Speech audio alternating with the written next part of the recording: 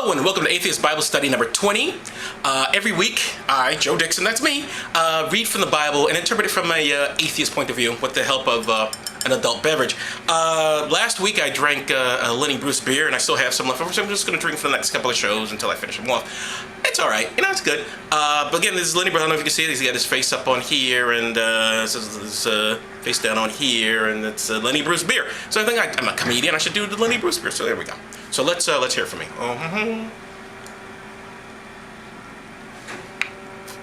See if I can finish from coming in my mouth like I did last time.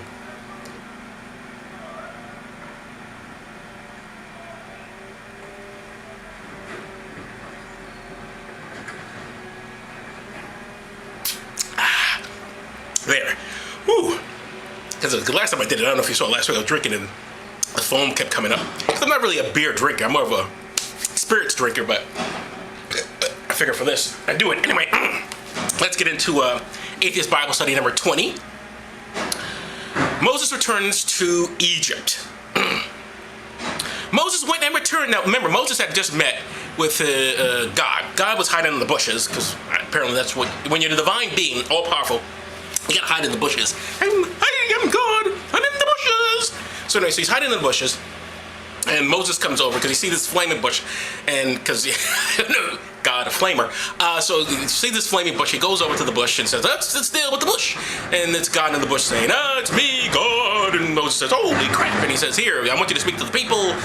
And Moses says, how can I prove that I spoke to you? And God says, well, here's a stick, throw it to the ground, turns into a snake, take some water, pour it on the ground, it'll turn into blood, and do some other bullshit, and that'll convince people that I'm here. Why that would convince anybody of anything, I don't know. It convinces them that Moses does some good magic tricks, but I don't know why.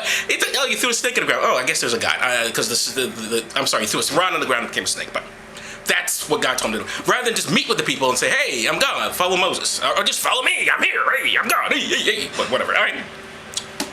We're interpreting. All right, so we're going to read, we're not really interpreting, that was the text. So let's get into this. Moses returns to Egypt, as I said. Number 20 of the Atheist Bible Study. Moses went and returned to his father-in-law and said to him, let me go, I beg you, and let me return to my kinsmen who are in Egypt and see whether they are still alive.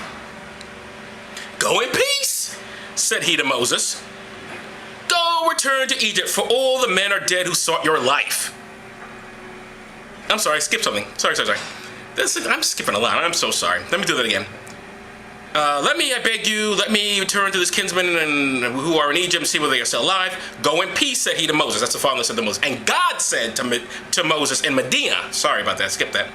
Go return to Egypt, for all the men are dead and who sought your life. That's what God said, all right. So Moses took his wife and his sons and set them upon an ass. And he returned to the land of Egypt, taking the rod of God in his hand, because I love that name. Love that, the rod of God. That is the coolest. There's so much name that. Is there a band out there named that? The rod of God. I got your rod right here. I got the rod of God. I got the mountain there.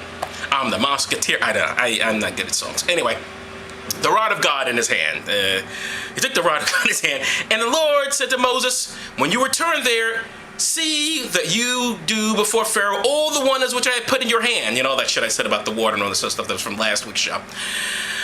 And I will harden his heart so that he shall not let the people go. So basically, he's telling God is telling Moses, hey, go do all this shit. It's not going to work.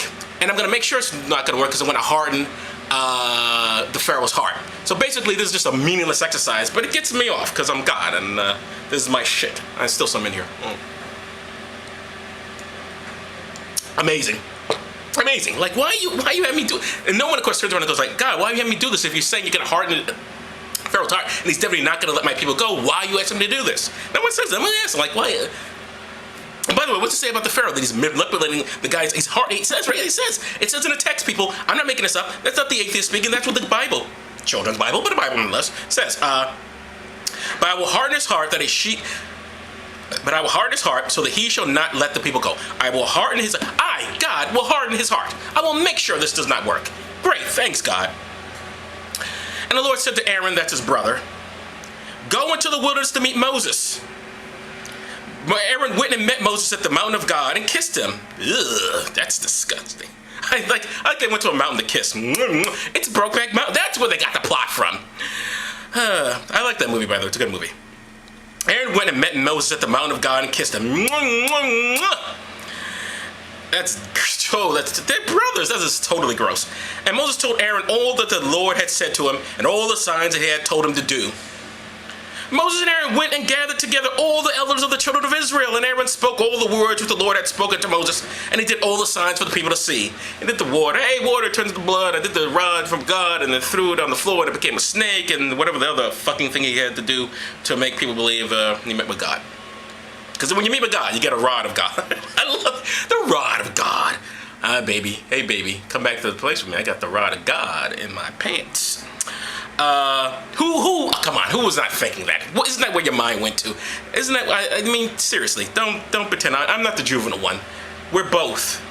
We're in this together. Let's not pretend you weren't thinking the same thing I was thinking.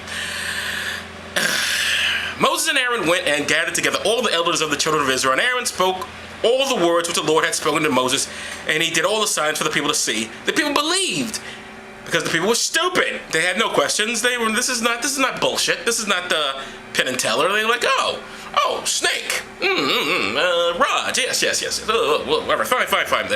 We believe you now, because you threw something on the ground.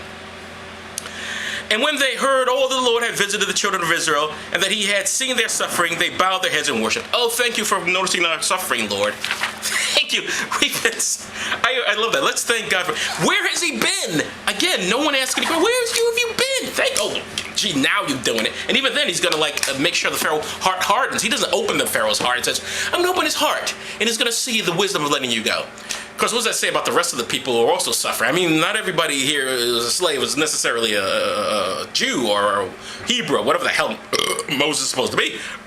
So why the hell are they, was it just them? What about everyone else is suffering? You think he'd relieve that, but, what do I know? I'm a heathen. Anyway, that is a very short atheist Bible study. I know, some of them go very long, some of them very short. This is a short, what do you want from me? He returns to Aaron, and then next week we're going to do chapter 21, or Atheist Bible study number 21, actually, not the chapter. Pharaoh and the Israelites. We're gonna, Moses is gonna, and Aaron are gonna meet up with the Pharaoh and ask him shit, and the Pharaoh's gonna say no, which is already preordained by God because he set this whole shit up. And it's gonna involve the Israelites and Pharaoh, and then we're gonna go, God speaks to Moses again in chapter number 22, Atheist Bible study number 22, and you wanna know some others? You know what I'm looking forward to? And then I gotta let you go here, but you know what I'm looking forward to? I'm looking forward to when we get to the Ark of the Covenant, because I love I gotta get the Indiana Jones hat for that one. That's the only Bible story I'm looking forward to. I don't think I can get away with playing the music though, because I will definitely probably get YouTube or Facebook or somebody will probably take it down, because some John Williams asshole will go like, oh, that's copyrighted. I got to make sure he doesn't play that. So that's probably not going to happen with the music, but I would love to do that. I actually had a comic say to me, a guy by the name of Angry Bob. He says to me, hey, why don't you play music in the background? And I said, I don't have copyrighted music. Oh, no, it doesn't matter. You don't have to worry about copyright. I do have to worry about if they take the videos down. They will take the video, although censor in the sense that you'll have the audio and all the music, because the music is playing in the background, and you won't hear me speaking, and you won't hear the music because the music's copywritten. So I can't do that. But Angry Bob's an idiot. That's basically, that's all he knows. It's like, have you ever seen Angry Bob? He's got some Keith Olbermann appearances, and he's been on CNN, and I don't know. He's very annoying. I like him personally as a person, but on occasion he can be a real asshole, to tell you the truth. Why am I advertising on another comic? Fucking book me at your fucking colleges is what I'm asking for. Or me and Angry Bob. We'll be a duo. I don't care. You really want to see a big fat white man, all in black with the world's worst beard? You'll have me at Angry Bob. I'm sorry. I'm babbling because it's 10 o'clock in the morning and I've just had this, because that's when I'm filming this. Because I could have filmed it last night, but I'm a busy person. I actually do occasionally go out and do gigs and things, and I just didn't have time, even though I'm unemployed and could have probably done it early in the week. Anyway, I'm Joe Dixon. This is Atheist Bible Study number 20? And I'm a little drunk at 10 o'clock in the morning. Thank you very much for listening and or watching. Listening, watching. This is not a podcast. Why did I say listening? Watching. And I will see you guys next week. Thanks again, really.